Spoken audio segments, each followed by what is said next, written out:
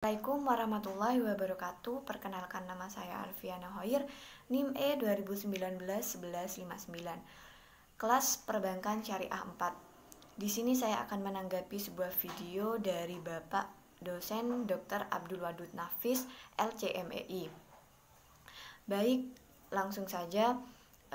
Istilah ekonomi berasal dari bahasa Yunani, yaitu oikonomia.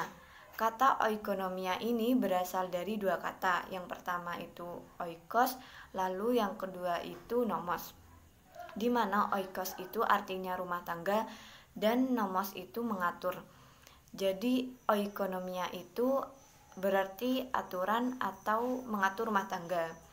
Ekonomi berkembang menjadi suatu ilmu, berarti ekonomi itu suatu pengetahuan yang tersusun secara runtut dalam rangka mengatur rumah tangga agar tercapai suatu tujuan tertentu. Rumah tangga ini diartikan secara lebih luasnya itu berkaitan dengan kelompok sosial yang dianggap sebagai kesatuan kelompok manusia yang hidup menurut norma dan tata aturan tertentu. Kemudian adapun pembagian ilmu ekonomi ini, yang pertama ilmu ekonomi deskriptif, yang kedua ilmu ekonomi terapan, dan yang ketiga itu ilmu ekonomi teori. Ilmu ekonomi deskriptif adalah ekonomi yang mempelajari tentang analisis ekonomi yang menggambarkan sebenarnya. Jadi ini tuh berdasarkan kondisi fakta dalam perekonomian. Kemudian yang kedua itu ekonomi terapan, yaitu ekonomi yang menjelaskan tentang kebijakan yang perlu dilakukan dalam rangka mengatasi masalah ekonomi. Lalu ekonomi teori, yaitu ilmu ekonomi yang mengungkapkan penjelasan mengenai cara suatu sistem itu bekerja dan ciri-ciri penting dari sistem tersebut. Kemudian ekonomi teori ini dibagi menjadi dua.